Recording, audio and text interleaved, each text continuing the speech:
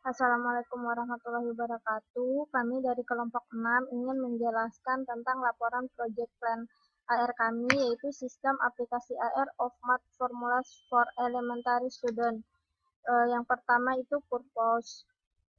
Adapun purpose dibuatnya aplikasi sistem AR of Math Formulas for Elementary Student ini adalah yang pertama, alternatif media pembelajaran di sekolah sehingga siswa tidak terpaku pada media pembelajaran konvensional. Yang kedua, mengoptimalisasikan pembelajaran agar lebih efektif, interaktif, serta menarik minat belajar pada siswa, terutama pada pembelajaran matematika dengan cara menampilkan visualisasi dari rumus-rumus matematika. Yang ketiga, menjadikan dunia virtual dan nyata sebagai antarmuka baru yang bisa menunjukkan informasi yang relevan dan bisa berguna dalam bidang pendidikan, pelatihan, perbaikan, dan hiburan. Yang kedua, background informasi. Teknologi saat ini telah menjadi bagian dari kehidupan manusia. Teknologi-teknologi itu diciptakan untuk memenuhi kebutuhan manusia yang semakin banyak seiring dengan makin sedikitnya waktu yang tersedia. Salah satunya teknologi peralatan telekomunikasi atau yang bisa disebut ponsel pintar atau smartphone. Smartphone saat ini sudah menjadi bagian dari kehidupan masyarakat modern, baik muda maupun tua tidak lepas dari smartphone. Smartphone tidak hanya digunakan sebagai alat komunikasi saja, tetapi banyak sekali fitur canggih yang ditawarkan untuk membantu menunjang kehidupan sehari-hari seperti media edukasi. Sekarang ini minat baca siswa di Indonesia sangatlah rendah. Sebuah studi yang dilakukan Central Connection State University pada tahun 2016 mengenai most literate nation in the world menyebutkan bahwa Indonesia menempati urutan ke-60 dari total 61 negara. Atau dengan kata lain, minat baca masyarakat Indonesia disebut-sebut hanya sebesar 0,01% atau 1/10.000. Salah satu solusi yang bisa ditawarkan kepada generasi muda, terutama siswa sekolah dasar, agar minat baca semakin meningkat adalah menghadirkan buku bacaan dalam bentuk gambar digital yang bisa ditampilkan melalui layar ponsel mereka, apalagi untuk anak sesuai sekolah dasar yang sedang aktif dalam belajar tentunya akan makin tertarik jika pembelajaran yang digunakan berfungsi interaktif dan menarik dengan adanya visualisasi tulisan maupun gambar. Salah satu contohnya pada bidang pembelajaran matematika yang mengharuskan siswa untuk membaca dan memahami rumus-rumus. Hanya membaca buku kumpulan rumus saja mungkin bisa membuat siswa bosan dan kehilangan minat baca, sehingga perlu ditampilkan rumus-rumus itu dalam suatu objek yang menarik perhatian mereka, salah satunya dengan media AR. AR adalah penggabungan antara objek virtual dengan objek nyata. AR dapat dipublikasikan untuk semua indar, termaksud pendengaran, penglihatan, sentuhan, dan penciuman. Selain digunakan dalam bidang-bidang seperti kesehatan, militer, industri, AR juga telah diaplikasikan dalam perangkat-perangkat yang digunakan khalayak umum, seperti smartphone dengan memanfaatkan fitur-fitur yang ada di dalamnya. Tujuan utama dari AR adalah untuk menciptakan lingkungan baru dengan menggabungkan interaksi objek nyata dan virtual secara real time, sehingga pengguna merasa bahwa objek yang diciptakan adalah nyata.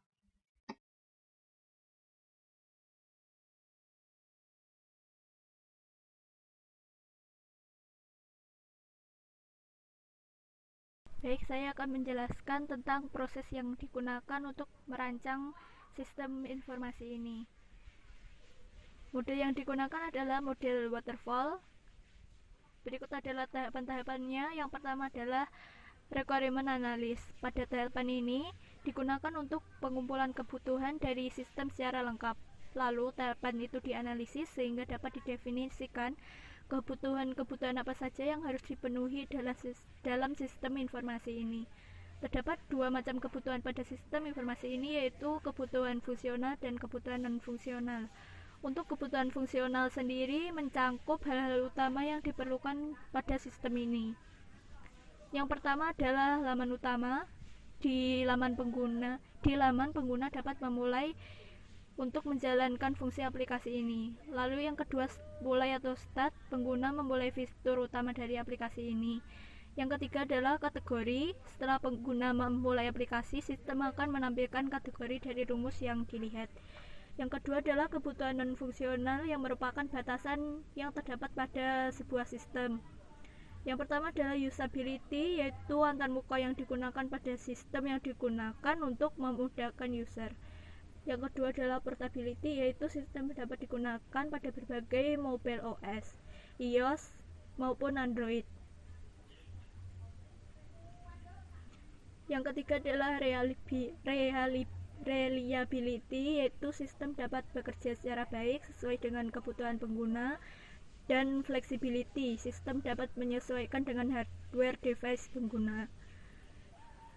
Untuk desain sendiri menggunakan dua desain utama, yaitu use case diagram dan activity diagram. Untuk use case diagram digunakan untuk menggambarkan pengguna dalam penggunaan sistem aplikasi secara garis besar, yaitu pengguna bisa melakukan klik start, memilih kategori bab, dan melakukan tracking menggunakan kamera dan menampilkan rumus. Untuk activity diagram digunakan sebagai alur kerja antara pengguna dengan sistem. Dimulai dengan pengguna membuka aplikasi, kemudian sistem akan menampilkan laman utama. Lalu pengguna memilih kelas, memilih materi, memilih submateri. Lalu sistem akan mengaktifkan kamera dan menampilkan informasi tentang submateri.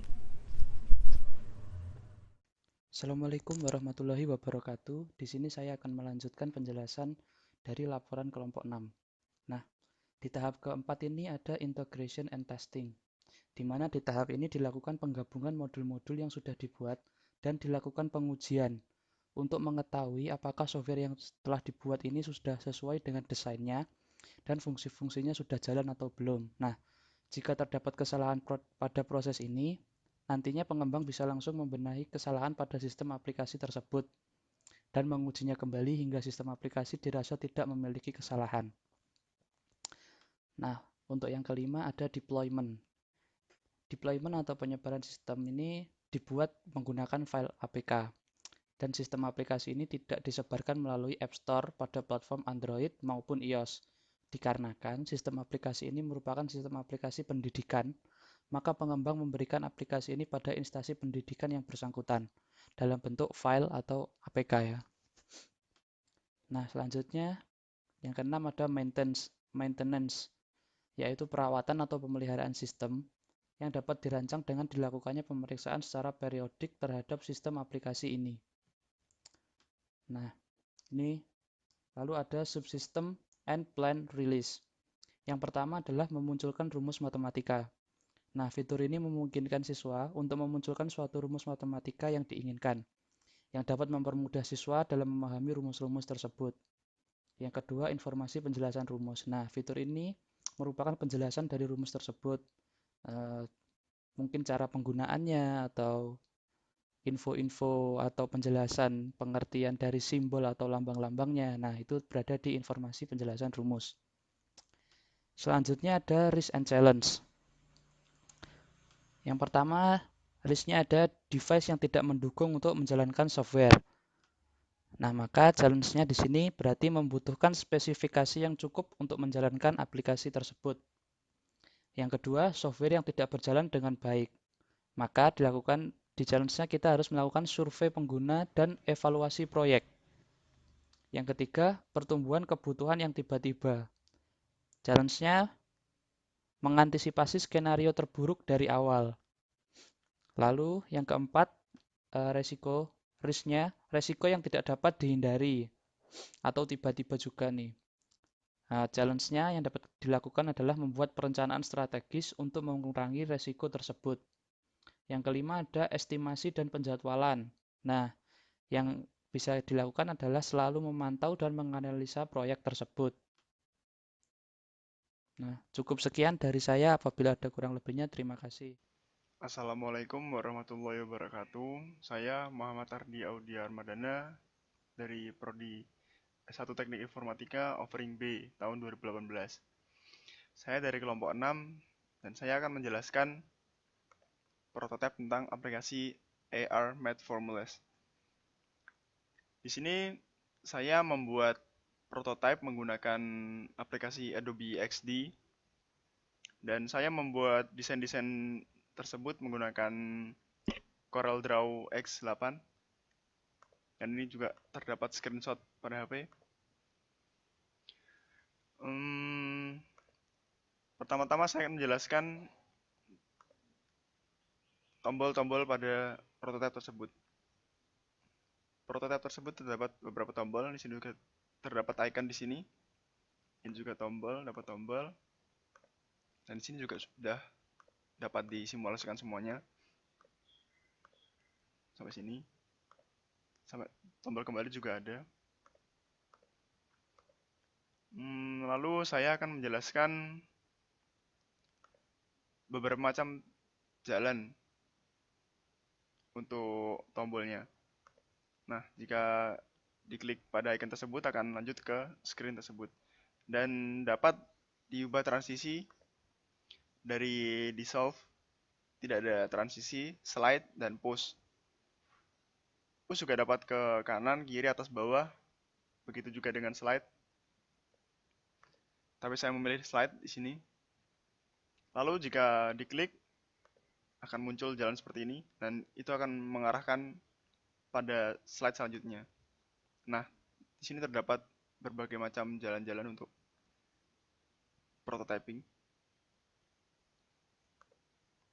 Di sini juga sama, saya buat slide semua transisinya.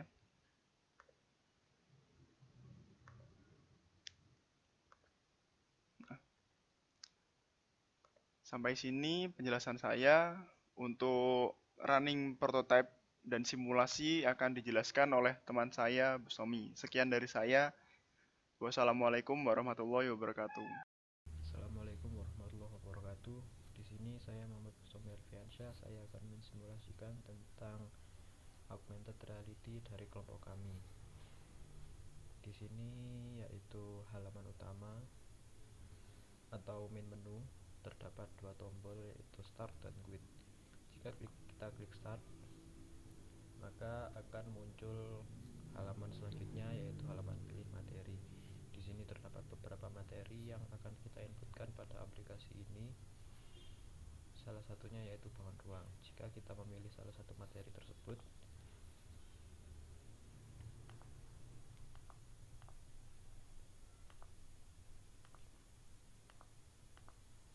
maka akan muncul halaman seperti ini. Di sini terdapat tombol untuk kembali ke halaman sebelumnya dan halaman untuk scan. Jika kita klik scan, maka aplikasi ini akan mengaktifkan kamera untuk men-scan rumus yang akan ditampilkan pada kamera tersebut secara AR, yaitu augmented reality. Jika kita klik back,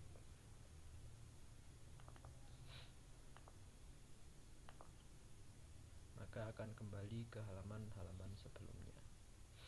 Sekian simulasi dari saya. Jika ada kurang lebihnya saya mohon maaf. Wassalamualaikum warahmatullahi wabarakatuh.